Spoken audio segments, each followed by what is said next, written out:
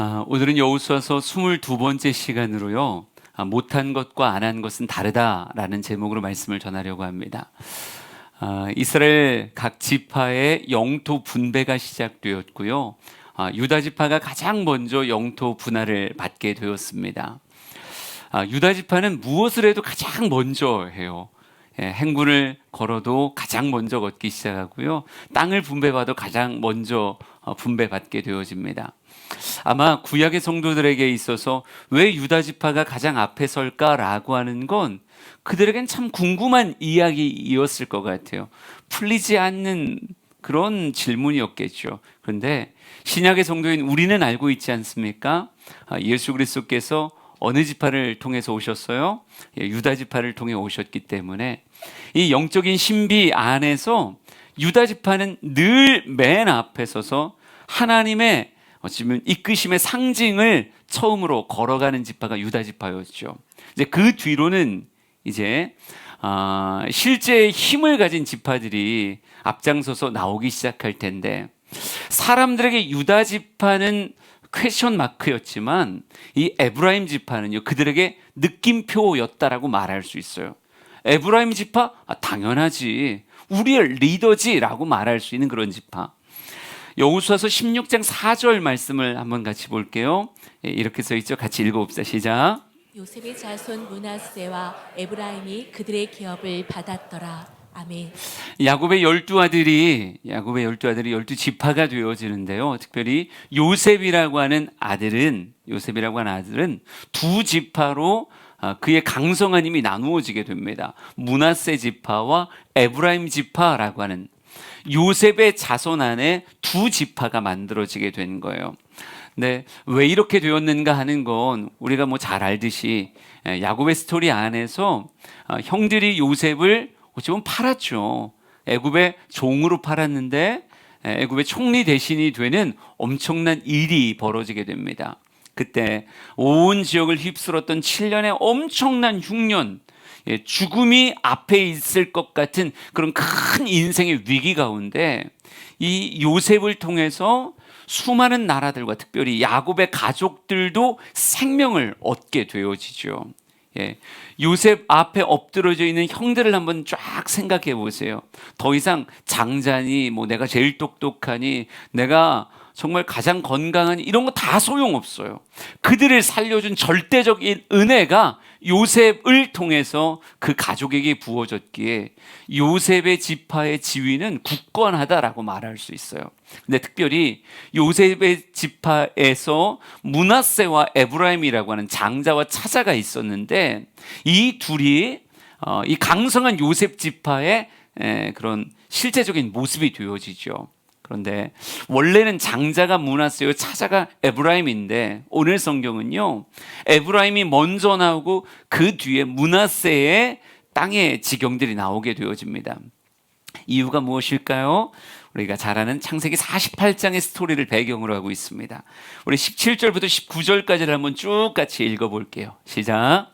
요셉이 그 아버지가 오른손을 에브라임의 머리에 얹은 것을 보고 기뻐하지 아니하여 아버지의 손을 들어 에브라임의 머리에서 므낫세의 머리로 옮기고자 하여 그의 아버지에게 이르되, 아버지여 그리 마옵소서, 이는 장자이니 오른손을 그의 머리에 얹으소서 하였으나 그의 아버지가 허락하지 아니하며 이르되, 나도 한다, 내 아들아 나도 한다. 그도 한 족속이 되며 그도 크게 되려니와 그의 아우가 그보다 큰 자가 되고 그의 자손이 여러 민족을 이루리라 하고. 아멘. 아멘. 야곱이 마지막 축복 기도를 할 때 특별히 그의 오른손을 누구의 머리에 얹었냐면요, 에브라임의 머리에 얹습니다. 차자인데도 장자의 축복을 상징하는 오른손을 그의 머리에 얹어요. 요셉이 좋아하지 않았지만 예언적으로 이런 말씀이 선포되어집니다. 나도 한다, 내 아들아 나도 한다. 그도 한 족속이 되고 그도 크게 되려지만 그의 아우가 그보다 더 큰 자가 되고 그의 자손은 여러 민족을 이룰 것이다 라고 얘기하는 하나님의 뜻 안에서 예언적 복이 야곱을 통해 에브라임의 머리에 장자의 오른손을 얹어 축복하게 되어져요. 그러니까 이 에브라임 지파라고 얘기하면요, 다른 모든 지파에겐 선망의 대상이고 하나님이 큰 복을 약속한 그런 사람이고, 또 실제로 강성하여서 다른 모든 지파에게 생명의 통로가 되었던 그런 요셉의 장자의 복이 에브라임을 통해서 흘러가니까 사람들에게 에브라임이라고 얘기하면 그 이름이 가진 상징성을 우리가 간과할 수 없다는 얘기죠. 특별히 이 모든 정복 전쟁을 이끌어가고 있는 여호수아라고 하는 장수가 어디 출신이냐? 이 에브라임 출신이에요.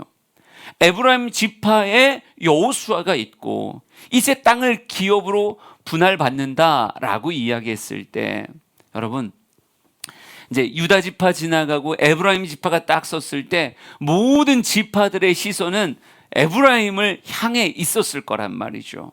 왜? 우리의 리더라고 얘기하면 에브라임이니까, 리더로서 에브라임을 바라보니까요. 여러분, 사람들의 시선을 에브라임 지파가 분명히 받고 있을 텐데, 이들이 참 잘해 주었으면 좋겠다. 왜?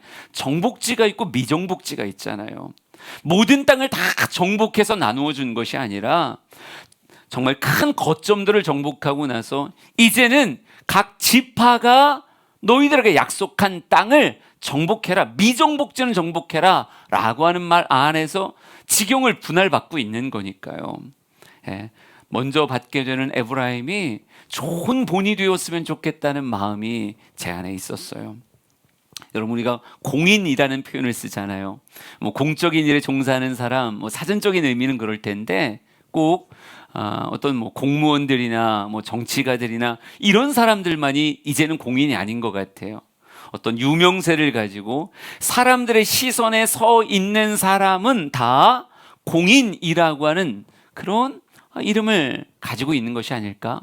왜? 사람들의 시선에 다 있다라고 하는 건 내 걸음이 그들에게 많은 영향력을 끼친다는 거고, 말 한마디가, 행실 하나가 나를 바라보던 사람에게는 뭐가 될 수 있다는 거예요? 길이 될 수 있기 때문에.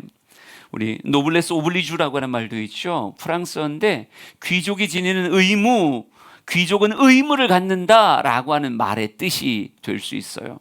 사회적 지위를 가진 사람에게는 사회적인 책임도 따른다라고 하는 뜻이 될 수 있습니다. 그래서 이 노블레스 오블리주 안에서 왕족들도 귀족들도 오히려 전쟁이 벌어지게 되면 가장 앞서 나가서, 실제로 왕세자들이 뭐 비행기 조종을 하기도 하고요, 정말 일개의 그런 정말 보병이 되어서 싸우기도 하는 그런 모습을 의도적으로 노출한다고요. 그러니까 사회적 지위를 가졌기에 기부의 생활도, 또 어떤 의무와 책무를 감당함에 있어서는 제일 앞에 서서 그 역할을 감당한다라고 하는 것이 사회적 지위를 준 그런 뜻이다라고 생각하기에, 당연히 시선을 받는 자라면 시선을 받음에 합하게 행동을 해야 맞는 거다라고 말할 수 있어요. 물론 이런 것이 본인에게는 참 불편함과 무거움이 되는 건 사실입니다. 시선을 받고 살아가고 그들을 생각해서 꼿꼿하게 서 있는다는 것 자체가 절대 쉬운 게 아니에요. 우리가 모델들이 온갖 포즈를 취하잖아요. 근데 그 포즈가 자연스러운 모습은 아니에요. 온몸에 힘을 주고 정말 꼿꼿하게, 사람들이 볼 때 조금 더 흐트러지지 않게 그걸 30분, 1시간 서 있는다? 그게 어찌 쉽겠어요. 하지만 이걸 무거움으로만 생각하면 안 되고요, 이게 내게 주신 복이다, 내게 주신 삶의 권이다 라고 생각할 수 있어야 되겠죠. 그래서 우리 믿음의 선진들은 때로는 이런 걸음에 진짜 신실함으로 화답했다라고 말할 수 있어요. 우리 고린도전서 4장과 빌립보서 3장을 좀 보여드릴게요. 한 사람의 이야기인데 한번 쭉 같이 읽어볼게요. 시작. 그리스도 안에서 1만 스승이 있으되 아버지는 많지 아니하니 그리스도 예수 안에서 내가 복음으로써 너희를 낳았음이라. 그러므로 내가 너희에게 권하노니 너희는 나를 본받는 자가 되라. 형제들아, 너희는 함께 나를 본받으라. 그리고 너희가 우리를 본받은 것처럼 그와 같이 행하는 자들을 눈여겨보라. 아멘. 사도 바울 이야기입니다. 사도 바울이 1차, 2차, 3차 전도 여행을 통해서 가는 곳마다 교회들이 세워지기 시작했고요. 바울의 이름이 사역자의 삶에 대한 가장 선명한 모델이 되기 시작했어요. 예수 믿는 사람은 무엇이라 말하는가? 예수 믿는 사람은 어떤 행실을 하는가? 예수 믿는 사람은 삶의 재산이나 권위를 어떻게 사용하는가라고 하는 것에 대해서 어느덧 그를 바라보는 사람이 1000명, 10,000명, 수만 명을 아우르며 사람들이 시선으로 바울을 쳐다보기 때문에 그 시선 앞에 그는 어찌 보면 벌거숭이 같이 서 있을 수밖에 없었다고요. 그런데 바울은 이 삶에 대해서 불평하지 않았고요. 그것에 대해서 무겁고 불편하고 너무 싫어 이렇게 하지 않았어요. 자기 마음대로 행하면서 나도 사람이야 뭐 이런 말 하지 않았다고요. 바울의 진짜 멋있는 모습은 이렇게 말해요. 너희는 나를 본받는 자가 되어라. 형제들아 너희는 함께 나를 본받으라 라고 말하며 내가 본이다. 그리스도인은 이렇게 말하고 이렇게 살아간다 라고 하는 것을 그들의 시선 앞에 자신의 삶을 통해 보여주길 원하고 있다라고 하는 거죠. 여러분, 이름의 값을 무겁게 받을 수 있어야 돼요. 목사라고 하는 이름이 주일에 이 1시간으로 완성되는 게 아니더라고요. 이 주일의 1시간뿐 아니라 일상의 모든 삶에 있어서 성도들의 시선을 여전히 느껴요. 근데 그들의 시선 앞에서 목사로 온전하게 살아갈 수 있을 때 성도들이 우리 목사님 이렇게 말하는 거지. 주일날 1시간만 반짝 목사다움으로 살고 그런 이후에는 내 마음대로 할 거예요. 나도 내 개인 생활이 있는데 나 그냥 편하게 할 거예요 라고 말하면 여러분 어김없이 실망하실 거라고요. 그러니까 우리가 이름의 값을 무겁게 생각해야 돼요. 시선의 값을 무겁게 생각해야 되고 지위의 값을 무겁게 생각해야 된다고요. 목사라는 이름이 무겁고 장로라는 이름이 무겁고 또 권사요, 목자요, 선교회 회장요, 각종의 그런 어떤 지위를 가지고 명성을 가지고 시선이 닿는 자리에 서 있다라고 하는 걸 무겁게 생각해야 되는 거예요. 여러분, 시대가 많이 변하는 것 같아요. 당연히 무거운 사명의식으로 살아갔어야 되는데 요즘의 시대는 점점 나의 원함이라고 하는 것으로 자꾸 함몰에 들어가는 것 같은 그런 시대를 사는 것 같습니다. 내가 왜 그래야 되냐고. 내가 하고 싶은 대로 할 거라고. 내가 말하고 싶은 대로 말하고 그냥 살고 싶은 대로 살 거라고. 왜 내가 당신의 기대의 삶을 맞춰야 되냐고. 여러분, 시대를 가장 많이 반영한 게 어찌 보면 텔레비전에 나오는 수많은 모습들이라고 말할 수 있죠. 예능들을 한번 봐보세요. 정말 날 것을 보여주는 그 예능에 나만 아니면 된다라고 소리치고 나만 안 걸리면 되지 뭐. 내가 왜 그래야 되는데. 이런 말들이 어느 순간 불안감을 가득 채우지 않았습니까? 좀 우리 사랑하는 성도들이 세상 닮는 사람이 아니라 성경을 닮는 사람 됐으면 좋겠어요. 바울이 너희는 나를 본받는 자가 되어라 라고 말한 것 같이 우리 성도들이요 가족들에게 아빠같이 하는 거야, 엄마같이 하는 거야 이렇게 말할 수 있었으면 좋겠고 목원들한테 이렇게 살아가는 거, 이렇게 신앙생활하는 거 이렇게 보여줄 수 있는 사회생활 가운데서도 예수 믿는 사람은 이렇게 말해, 이렇게 행동해 라고 하는 그들이 우리를 믿는 자로 바라보기에 믿는 자로 삶을 살아갈 수 있는 이 멋진 실력이 우리 주영의 모든 성도들에게 있기를 간절히 소망합니다. 에브라임을 바라보면서 제 마음의 소망은 그랬어요. 유다 지파?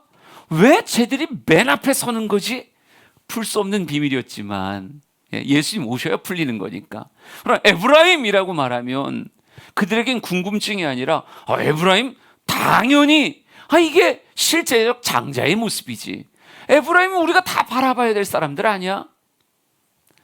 그 시선을 에브라임 지파가 분명히 느끼고 있을 텐데 그들의 영토 분할에 있어서는요 제 마음에 실망이 더 크게 다가왔던 것 같아요. 여호수아서 16장 10절 말씀을 한번 같이 읽어보겠습니다. 16장 10절이요. 시작. 그들이 게셀에 거주하는 가나안 족속을 쫓아내지 아니하였으므로 가나안 족속이 오늘까지 에브라임 가운데에 거주하며 노역하는 종이 되니라. 아멘. 아멘. 다시 한번 이야기하지만요. 정복 전쟁은 완성된 건 아니었어요. 주요 거점들이 정복되어졌고 이젠 잔존 세력이 남아 있는 것들 안에서 각 지파에게 먼저 너희 땅의 경계를 줄 테니까 그 경계 안에 정복지는 감사함으로 받는 거고요. 미정복지는 무엇해야 되는 거예요? 예, 미정복지는 정복해 나아갈 사명이 각 지파에게 주어지는 거예요. 우리 지도를 안 보고 넘어온 것 같은데 우리 정복 지도 한번 잠깐 보여줄까요? 여러분이 지도를 보면요, 에브라임이라고 쓰여서 약간 보라색으로 칠해진 그런 공간이 있을 거예요. 옆으로 보면 뭐 길갈도 있고 여리고도 있고 밑에는 사해요. 저 위에 하마디라고 써 있는 곳 옆에는 갈릴리 바다입니다. 갈릴리와 사해가 요단강으로 쭉 이어져 있고요. 이 에브라임이라고 하는 그들이 분할받은 땅은 어찌 보면 가나안의 중부 지역이라고 말할 수 있겠죠. 가나안의 중부 지역이었고 어찌 보면 그죠, 서쪽과 동쪽으로는 요단강과 지중해를 거의 맞닿아 있는 것 같은 중앙부의 노른자 땅이라고 말할까요? 이런 땅이 에브라임에게 주어졌다라고 하는 것을 볼 수 있어요. 근데 이 땅이 다 정복지였는가? 마땅히 아니죠. 마땅히 아니라 미정복지도 포함되어져 있기에 이제 에브라임 지파는 분명히 정복의 선봉에 서야 될 텐데 오늘 우리가 읽었던 16장 10절 말씀은 약간의 실망이, 아니요, 큰 실망이 다가온다라고 말할 수 있어요. 잠깐 비교해서 보여줄 겁니다. 먼저 분할받은 유다 지파에게도요 잔존 세력이 남아 있었어요. 그 표현이 성경에 등장하고 또 방금 우리가 읽었던 에브라임 지파 안에도 잔존 세력이 남아 있습니다. 두 성경 구절을 비교하면서 한번 읽어볼게요. 15장 63절을 먼저 읽겠습니다. 15장 63절 읽어보세요. 시작. 예루살렘 주민 여부스 족속을 유다 자손이 쫓아내지 못하였으므로 여부스 족속이 오늘까지 유다 자손과 함께 예루살렘에 거주하니라. 예, 쫓아내지 못했기 때문에 유다 자손과 함께 예루살렘에 거주하였다 이렇게 말합니다. 우리 16장 10절 에브라임의 이야기도 다시 한번 보죠. 준비 시작. 그들이 게셀에 거주하는 가나안 족속을 쫓아내지 아니하였으므로 가나안 족속이 오늘까지 에브라임 가운데에 거주하며 노역하는 종이 되니라. 아멘. 굉장히 비슷한데 뭐가 다르죠? 뭐가 다를까요? 예, 똑같이 잔존 세력이 남았다라고 하는 결론은 똑같은데 그 남게 된 이유를 성경은 이렇게 써 있어요. 유다 자손이 쫓아내지 못하였으므로 라고 15장엔 표현되어져 있는데 16장 에브라임에게는요 쫓아내지 아니하였으므로 라고 표현하고 있다는 거죠. 그러니까 못한 것과 안 한 것이라고 하는 아주 근본적인 차이가 있다라고 하는 거예요. 에브라임 지파 안에 거주하고 있는 가나안의 거민들은 그들이 잔존한 이유는 유다 지파와는 달랐어요. 유다 지파는 하고자 했지만 그것이 뭐 군사적인 힘이나 능력 안에서 감당하지 못했었겠죠. 그래서 지금 남아있는 거예요. 쫓아내길 원했지만 싸움에 졌든지 너무 그들이 강성했든지 그래서 정말 이를 득득 깔며 저거 쫓아내야 되는데 아니 내 지금은 못했어 이런 모습이라고 한다면 에브라임 지파에 있는 가나안의 잔존 세력은 쫓아내지 아니하였으므로 라고 말하며 뭐가 없었던 거예요? 군사적인 힘이나 능력에서 차이가 있었던 게 아니라 의지 자체에서 차이가 있었던 거예요. 쫓아낼 마음이 없었던 거예요. 그냥 품고 갈 거예요. 같이 갈 거예요 라고 말했다는 거죠. 여러분 우리가 이 사건에 좀 집중해서 보려고 하는데 못한 것, 안 한 것 이건 절대 같은 게 아니거든요. 왜 그들은 안 했을까라고 얘기했을 때 저는 이렇게 말하고 싶어요. 우선 에브라임 지파는요 주신 땅 안에 살며 뭘 잊은 거예요? 그들에게 주셨던 하나님을 잊은 거예요. 하나님이 주신 땅 안에 살며 주신 하나님의 말씀을 잊어버렸다고요. 이게 얼마나 아이러니합니까? 하나님이 주신 땅인데 주신 하나님의 말씀을 잊어버려요. 신명기 20장 16절에서 18절 말씀을 한번 볼까요? 같이 한번 쭉 읽어보겠습니다. 시작. 오직 내 하나님 여호와께서 내게 기업으로 주시는 이 민족들의 성읍에서는 호흡 있는 자를 하나도 살리지 말지니 곧 헷 족속과 아모리 족속과 가나안 족속과 브리스 족속과 히 족속과 여부스 족속을 내가 진멸하되 내 하나님 여호와께서 내게 명령하신 대로 하라. 이는 그들이 그 신들에게 행하는 모든 가증한 일을 너희에게 가르쳐 본받게 하여 너희가 너희의 하나님 여호와께 범죄하게 할까 함이니라. 아멘. 신명기에서도 강조하고요. 우리가 이미 열심히 연구했던 레위기 안에서도 가나안 족속의 멸망을 이야기하시는 하나님의 본의가 그 안에 남아져 있습니다. 분명히 잔존 세력이 남게 되면 성경은 말하고 있어요. 이는 그들이 그 신들에게 행하는 모든 가증한 일을 너희에게 가르쳐서 본받게 할 것이다. 너희가 너희 하나님 여호와 앞에 범죄하게 될 것이다 라고 선명하게 말씀하셨어요. 이게 광야 40년의 가르침이었다고요. 끊임없이 너희들이 가나안 땅에 가게 될 텐데 그곳에 가면 그 땅의 모든 주민들을 남기지 말아라. 다 쫓아내야 된다. 왜?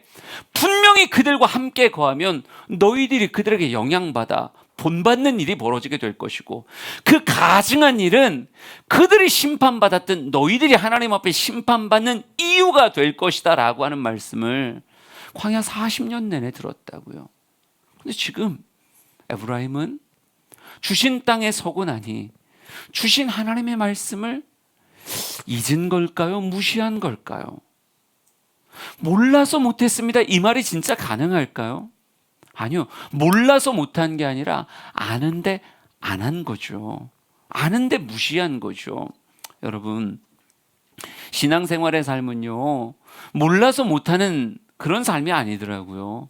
몰라서 못했다라기보다는 잘 알고 있는데 그렇게 하기 싫었던 거예요. 이미 내가 받고 나니까, 내 손에 쥐고 나니까, 내게 주어지고 나니까 그렇게 하기 싫은 거예요. 내가 왜 꼭 그래야 돼? 라고 하는. 예.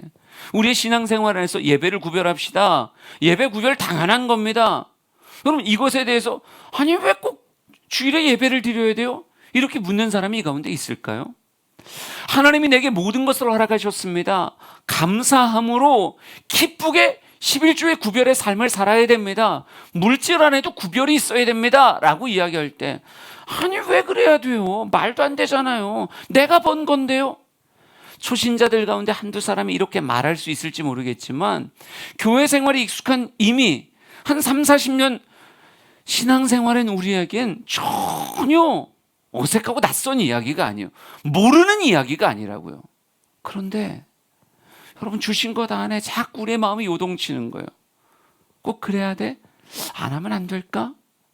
말씀을 몰라서가 아니라 말씀을 따라가기 싫은 모습이 우리 안에 있다라고 하는 거죠. 그게 우리의 신앙생활에 때로는 아쉬움과 안타까움을 찍는 거예요. 내가 정말 알아야 될 모든 것은 유치원에서 외웠다는 로버트 풀검의 책이 있습니다. 이미 30년 넘은 책이에요. 그런데도 여전히 잘 팔리는 책 중에 하나입니다. 예. 우리가 지금은 뭐 유치원뿐이 아니죠. 초등학교도 6년이나 다니고 중학교 3년, 고등학교 3년, 대학은 뭐 자기 맘대로 다니더라고요. 4년이든 6년이든 다니고 이제는 대학원도 기본이 된 시대를 살고 있고요. 심지어 박사들이 그렇게 흔한 예전엔 박사님 그러면 동네 플랜카드 붙었었는데 지금은 뭐 이 집도 박사 저 집도 박사 박사 되기 참 쉬운 그런 시대를 살아가고 있어요. 그러니 참 많은 걸 배운다고요.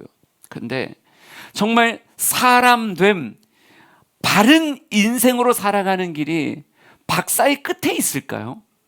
지성이 채워지면 사람다움으로 이 땅의 삶을 살 수 있는 거예요? 아니요. 어려운 가르침이 우리의 삶을 정돈시켜주는 게 아니라 어찌 보면 가장 기초의 가르침 그 안에 인생의 해답은 그 안에 다 담겨 있다라고 말할 수 있어요. 그걸 로버트 풀검은 뭐라고 얘기하는 거예요? 우리가 진짜 배워야 되는 건 덧붙이는 게 아니라 진짜 배워야 되는 건 유치원에서 다 배운 것 같다. 여러분 제가 실제로 그 풀검의 책 가운데 이걸 요약해서 누가 이렇게 만든 게 있더라고요. 그걸 좀 잘라서 여러분에게 좀 보여드릴게요. 한번 봐보시겠어요? 이렇게 써 있습니다. 무엇이든 나누어 가져라. 과자 혼자 먹는 거 아니라는 거죠. 나눠 먹자는 거죠. 공정하게 행동하라. 남을 때리지 말라. 사용한 물건은 제자리에 놓으라. 자신이 어지럽힌 것은 자신이 치우라. 내 것이 아니면 가져가지 말라. 다른 사람을 아프게 했다면 미안하다고 말해라. 음식 먹기 전에 손을 씻으라. 변기를 사용한 뒤에는 물을 내려라. 기타 등등. 여러분, 어려운 이야기예요? 여러분, 이게 시험 문제로 나왔다고 치자고요.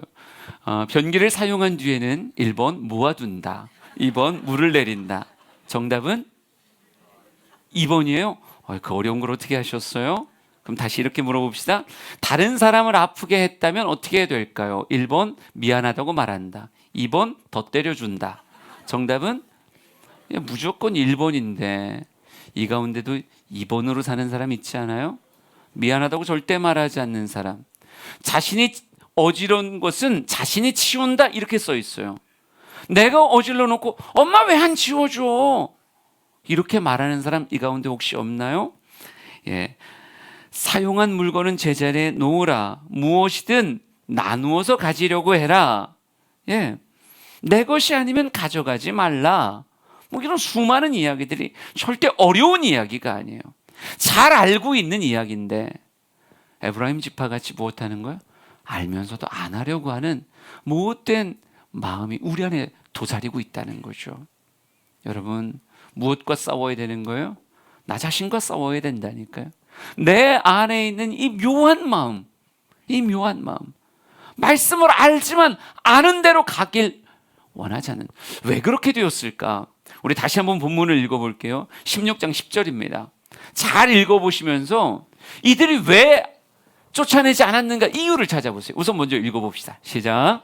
그들이 게셀에 거주하는 가나안 족속을 쫓아내지 아니하였으므로 가나안 족속이 오늘까지 에브라임 가운데에 거주하며 노역하는 종이 되니라. 아멘. 뭐 때문에 그런 걸까요?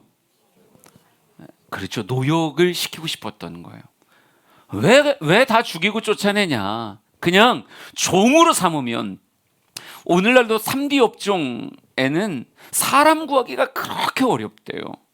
돈을 많이 줄게요. 그래도 안 한다는 거예요. 왜? 힘들고 어렵고 더럽고 뭐 이런 일들 하기 싫어. 여러분, 3D의 일을 지금 뭐 하고 싶은 거예요? 가나안 족속들을 사로잡아서 종삼아 그 사람들을 시키고 싶은 거예요. 내가 하기 싫은 일 다 그들에게 시키고 싶다라고 하는 욕심이 그들을 쫓아내는 것이 아니라 노역하는 종으로 삼고 싶어 한다는 거죠. 말씀이 왜 힘을 잃었던 거예요? 인간의 정욕이, 인간의 욕심이 정말 뜨겁게 열을 내기 시작하니까 말씀이 빛을 잃어버린 거예요. 여러분, 모든 사람에게는요, 더 가지고 싶고 더 편해지고 싶은 그런 욕망이 우리 마음 안에 자리 잡고 있습니다. 귀찮은 일 하기 싫은, 내가 손해되는 거 하고 싶지 않은 그런 욕심이 내 안에 있다고요. 그런데 이 욕심은 신앙 안에서 다스림을 받아야지, 신앙이 욕심에 눌리기 시작하면 우리가 아무리 그리스도인이어도 집사, 권사, 장로, 목사 다 소용없어요. 욕심이 신앙을 누리기 시작하면 여러분, 그때부터 우리는 변질된 목사, 변질된 장로, 변질된 권사가 될 수밖에 없는 거예요. 왜요? 성경은 자명하게 야고보서를 통해 이렇게 말합니다. 같이 읽어보죠. 시작. 오직 각 사람이 시험을 받는 것은 자기 욕심에 끌려 미혹됨이니 욕심이 잉태한 즉 죄를 낳고 죄가 장성한 즉 사망을 낳느니라. 아멘. 여러분, 사단은 끊임없이 우리의 욕심을 부추긴다고요. 그래도 돼. 네가 하고 싶지 않은 일 종사만 시키면 되지. 왜 손해보고 그래? 여러분, 지금은 그 말이 맞는 것 같지만 욕심에 끌려 인생 살아가면 어떻게 된다고요? 욕심이 잉태하면 반드시 죄가 나아지고, 죄가 장성하게 되면 사망이라고 하는 하나님의 심판이 임하게 된다라고 말하고 있다고요. 우리 곁에도 사단의 속삭임은 계속돼요. 옆에서 괜찮아, 그걸 원해도 돼 라고 말한다고요. 욕심에 끌리는 인생이 아니라 신앙의 끌림을 받는 인생이 되었으면 좋겠습니다. 난 에브라임 지파가 왜 그랬을까? 왜 그랬을까? 왜 그들을 노역하는 종으로 삼았을까?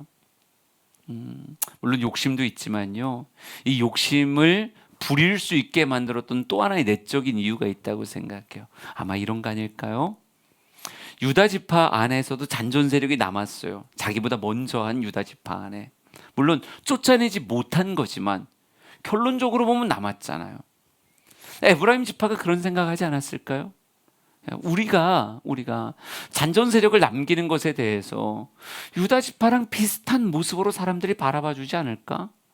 우리는 쫓아내지 않은 거지만 그냥 표현으로 쫓아내지 못했다라고 말하면 별반 다르지 않을 수 있지 않을까? 누구를 속일 수 있다? 사람들을 속일 수 있고 때로는 하나님도 모르실 수 있지 않을까 하는. 여러분, 우리는 너무도 쉽게요, 어차피 비슷한데 나만 조용히 하면, 나만 아닌 척하면, 나만 사실대로 말하지 않으면 아무도 모를 거야, 그냥 다 넘어가 버릴 거야. 아마 에브라임 지파는 오늘 우리가 이렇게 설교할 줄 몰랐을 거예요. 진짜로 우리가 이렇게 디립다 막 까고 이럴 줄 몰랐을 거예요. 아니야, 모르겠지, 그냥 쓱 지나갔는데. 좀 있으면 이제 므낫세 지파 쫙 나오기 시작하고 지명들이 이렇게 막 쏟아져 나오는데 누가 이 표현을 못했냐 안 했냐 이럴 줄 누가 알았겠어요. 근데 중요한 건 아무도 모르지 않는다는 거죠. 창세기 4장 9절 10절 말씀 한번 읽어볼까요? 시작. 여호와께서 가인에게 이르시되 내 아우 아벨이 어디 있느냐? 그가 이르되 내가 알지 못하나이다. 내가 내 아우를 지키는 자니이까. 이르시되 내가 무엇을 하였느냐? 내 아우의 핏소리가 땅에서부터 내게 호소하느니라. 내가 주의 영을 예, 그래 이것도 읽어요. 7절 8절 시작. 내가 주의 영을 떠나 어디로 가며 주의 앞에서 어디로 피하리이까? 내가 하늘에 올라갈지라도 거기 계시며 소울에 내 자리를 펼지라도 거기 계시니이다. 아멘. 내 아우 아벨이 어디 있느냐 주님이 물으실 때 몰라서 묻는다고 생각하시면 안 돼요. 주님은 알고 있는데 묻는 이유는 뭐예요? 회개의 기회를 주려 함이지, 몰라서 그에게 너 아우 아벨 어디 있어? 라고 묻는 게 아니란 말이죠. 그런데 가인은 뭐라고 생각해요? 아니, 내가 내 아우를 지키는 자입니까? 아니, 나 몰라요. 너무 쉽게 하나님을 속일 수 있다고 생각하는 거예요. 아무도 모를 거라고 생각하는 거예요. 여러분, 근데 하나님의 시선을 피할 수 있는 곳이 이 세상에 존재하나요? 아니라니까요. 내가 주의 앞에서 피해 어디로 가겠습니까? 하늘에 올라가도 거기 계시고 스올에 내 자리를 펴도 그곳에 계신 분이 하나님이십니다. 시편은 그렇게 고백하고 있어요. 여러분, 아무도 모를 거야. 하나님도 모른다니까. 사람도 몰라. 네가 말하지 않으면 아무도 몰라. 내 마음에 움직이는 그걸 어떻게 알겠어? 그건 사단의 속삭임이지 진리는 아니라고요. 사단을 뭐라고 표현해요? 거짓의 아비, 이렇게 표현하죠. 사단은 거짓말에 능숙한 자예요. 우리에게 속삭이는 그 말이 거짓말이고 성경에 기록되어 있는 게 진리라고요. 성경은 우리에게 모르지 않는다라고 말해요. 누가복음 12장 2절 3절 우리가 마지막으로 읽어볼 겁니다. 같이 읽어보죠. 시작. 감추인 것이 드러나지 않을 것이 없고 숨긴 것이 알려지지 않을 것이 없나니 이러므로 너희가 어두운 데서 말한 모든 것이 광명한 데서 들리고 너희가 골방에서 귀에 대고 말한 것이 지붕 위에서 전파되리라. 아멘. 다 안다고요. 숨길 수 없다고요. 절대 사실은요, 시간을 이길 수가 없어요. 지금은 모르는 것 같죠. 근데 시간이 지나고 나면 사람들이 다 알게 된다니까요. 내가 말한 것이, 내가 행실한 것이 그냥 다 드러나요. 하나님은 너무 당연하게 아시고 심지어 사람도 내가 한 말에 대해서, 내가 한 행동에 대해서 결국 시간과 함께 알게 되어진다라고 성경은 말한다고요.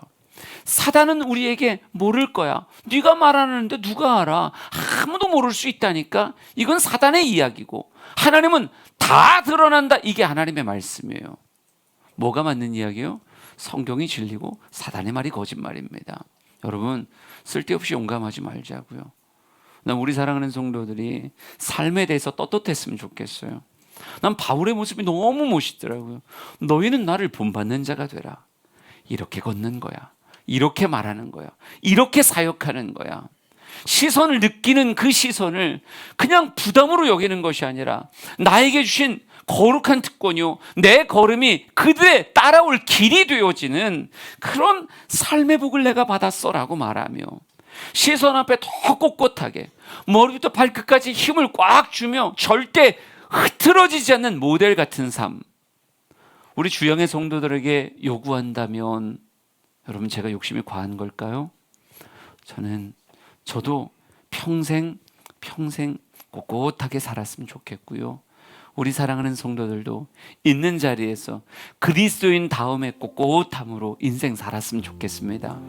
욕심 따라가는 인생이 아니라 우리는 말씀 따라가는 인생이라고요. 욕심을 신앙으로 누르며, 욕심이 없진 않지만 신앙으로 눌러내며 사는 게 그리스도인다운 삶이라고요. 혹 한 주간을 살아가면서 여러분 안에도 욕심이 찾아와 귀에 지저귀고 있지 않습니까? 아무도 몰라, 괜찮아, 표시 안 낼 거잖아, 그냥 넘어갈 수 있어. 오늘 주님은 여러분에게 말하는 거예요. 내 아들 내 딸이 그러지 않았으면 좋겠다. 너희들을 바라보는 그 시선을 느끼며 타인의 시선 앞에 나를 반듯하게 세우는 그런 사람이었으면 좋겠다라고 말씀하시는 거예요. 가정에서도, 직장에서도, 교회에서도, 친구들과의 만남에서도 기대하는 바 그리스도인의 향기가 나는 우리 주양의 성도들을 진심으로 축복합니다.